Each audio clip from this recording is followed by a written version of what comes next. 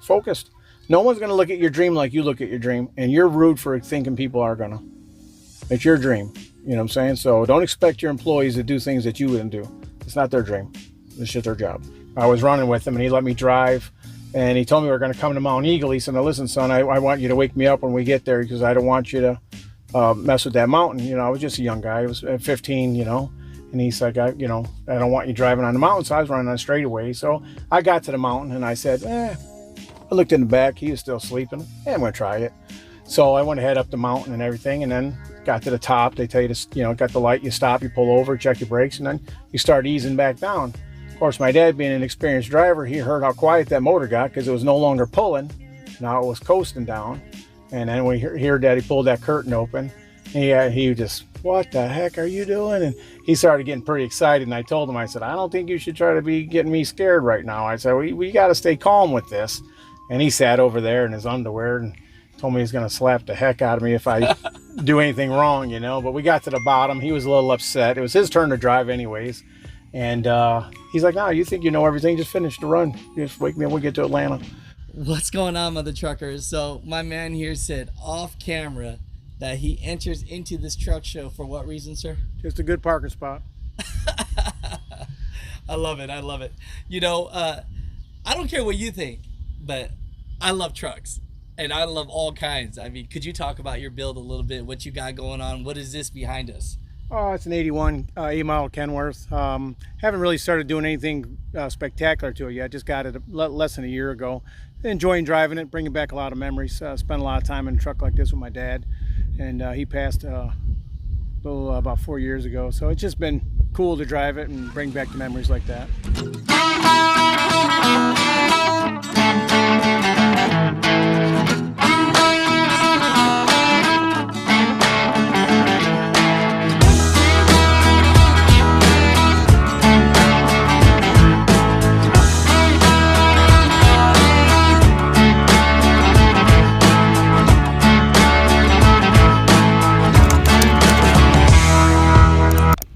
The exact year and no, he had an older one.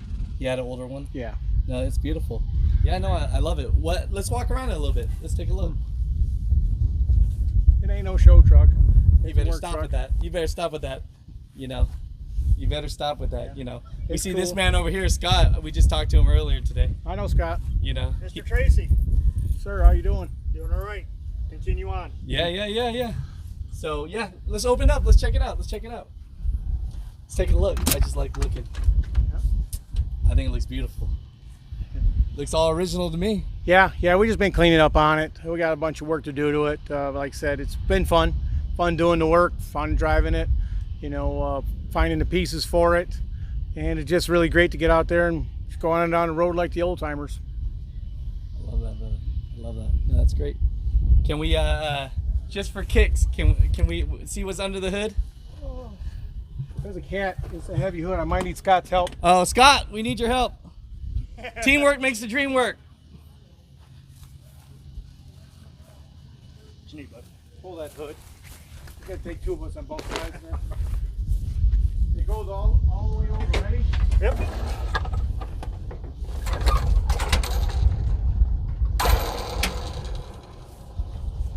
It's got a 380 cat. That's what they say it was built with. A-model cat with a 13 speed. I bought it a little less than a year ago out of Salt Lake City. A gentleman by the name of Lance sold it to me. It was his pride and joy. He just raising a family. He lost the money and the time to get into it, so he sold it to me. And I've had it. Like I said, we've been enjoying it. We run about 10 trucks out of Chicago, but this is the one I drive. All right, so let's have this conversation. I overheard that you said you guys have 10 trucks. Yeah. What's your trucking company called? Dedicated Leasing. And out of all the trucks, you're driving the 81. Yep. I drive. What's the other trucks look like in your fleet? We have a few W900s and a few T8s and a couple T600s. So, all nice, pretty nice looking trucks. Yes, sir. Yeah, we try to keep up on our maintenance. Make sure the drivers are comfortable. Yep, good looking trucks. I'm a Kenworth guy, cat motor Kenworth guy. I think you gained some fans and lost some fans at the same moment, right? Sure, and that's okay. You know, and what makes you a Kenworth guy? I'm not 100% positive. You know, my dad drove Kenworth, but he says he was a Peterbilt guy. But I think he just liked to argue. I don't know. But I've always been a fan of the Kenworth because the mirrors on the cab. And I don't get me wrong, I love Peterbilts. I'm not one or the other. You know what I'm saying? I love trucks. You know, but when it comes to spending my money, I'm going to spend it on a Kenworth. But I like the Kenworth. The dashboard is my favorite dashboard. It's flat, straight across. The cab's cozy. I can roll that window down by myself. You know, I can reach everything in the cab by myself, and just I've always liked Kenworth. But like I said, when I was a kid, my dad had one. We spent a lot of miles together with my dad in one, so it brings a lot of memories as you're going down the road.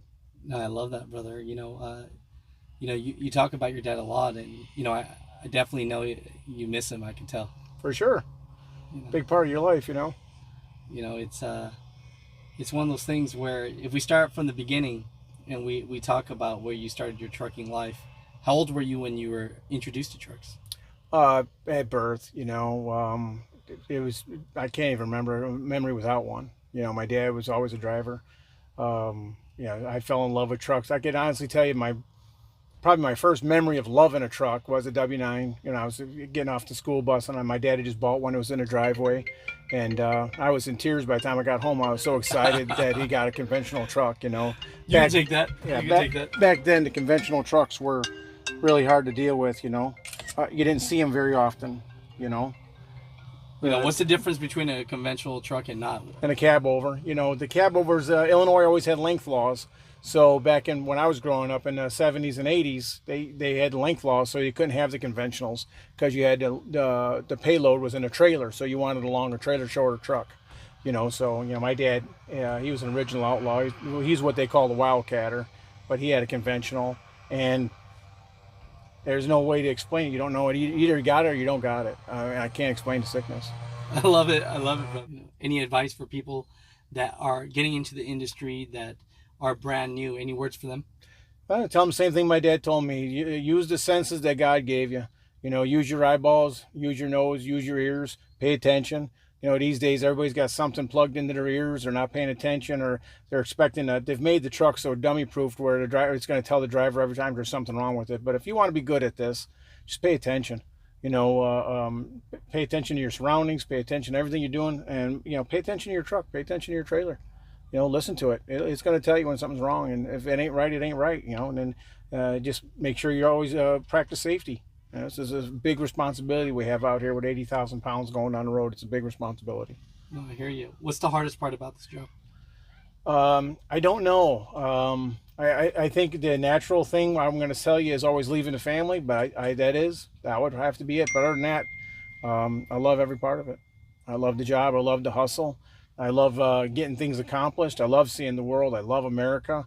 I love the different cultures in America. I love the different people and the different towns and the different restaurants and just everything. I mean, we just have such a great country.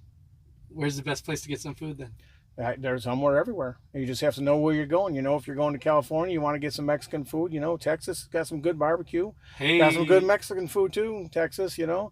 In Chicago, you get whatever you want to get in Chicago. You know, New York City, I'd just say get in and get out. I don't know if I'd be doing any eating there, but they got their own versions of good stuff. But you know, you just learn. You learn where you want to eat and where you want to shower. Love that. You know, and lastly. You said your best memories were with your dad. Is there any specific ones that come to mind that you just really hold dear? My dad was a very colorful guy, and I'm his son, so we have a lot of memories. I know when before I had a license, I was running with him, and he let me drive, and he told me we were going to come to Mount Eagle. He said, "Now listen, son, I want you to wake me up when we get there because I don't want you to mess with that mountain." You know, I was just a young guy. I was 15, And he's like, I don't want you driving on the mountain. So I was running on a straightaway. So I got to the mountain and I said, I looked in the back. He was still sleeping. I'm going to try it. So I went ahead up the mountain and everything, and then got to the top. They tell you to, got the light, you stop, you pull over, check your brakes, and then you start easing back down. Of course, my dad being an experienced driver, he heard how quiet that motor got because it was no longer pulling. Now it was coasting down.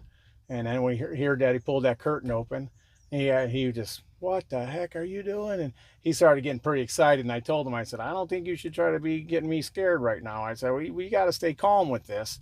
And he sat over there in his underwear and told me he's going to slap the heck out of me if I do anything wrong, you know. But we got to the bottom. He was a little upset. It was his turn to drive anyways.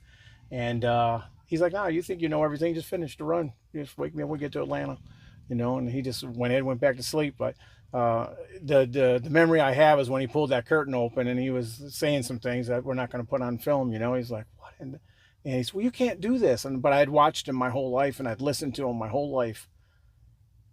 And I was confident that I could do it. So I came down the mountain, did the gears and the brakes like he said. Everything went well. Got to the bottom. He said, well, you think you know it all, finish it. And he went back to bed. That's such a beautiful story, brother. I love it. It's just so great to see that you're just keeping this going, brother. Yeah, well, it's important. I said we're the backbone of America, and we get a bad rap a lot of times. We bring it on ourselves. I'm not going to lie about it. We bring a lot of it on ourselves. A lot of guys out here doing things they shouldn't be doing, and you know, but it's an admirable profession. It's a needed profession, and it's not a job. It's not a job. It's a way of life. And I tell people all the time, if it ain't what you want to do, don't do it. And I couldn't imagine doing this if you didn't love it. All he ever wanted me to do is be happy. He said, whatever you do, just be happy.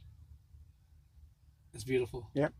No, that's great. That's what I tell people. Just be happy. The goal is to be happy. The goal is not to be rich. The goal is to be happy. A lot of people chase being rich. They think that's going to be it, but it ain't it. Happy has nothing to do with being rich. Any advice for people that want to build a fleet? Yeah. My advice is that if you have a wife, make sure she's on board with you. She has to be on board with you. If she's not on board with you, it's probably going to ruin your marriage. And the trucking business is not worth your marriage. So always make sure your wife's on board with you. Secondly, I give God all the credit. I pray about all the advancements I do. I pray about everything. Let God do what I cannot do, and I do what I can do, and let God do what I cannot do. And that would be my advice to everybody. And when God says no, it's just as important when He says yes. It's just as good. So when you get an opportunity and everything looks great, and you just pray about it, if it ain't the right opportunity, you don't want it. You know, and mostly stay focused. No one's going to look at your dream like you look at your dream, and you're rude for thinking people are going to. It's your dream. You know what I'm saying? So don't expect your employees to do things that you wouldn't do. It's not their dream. It's just their job.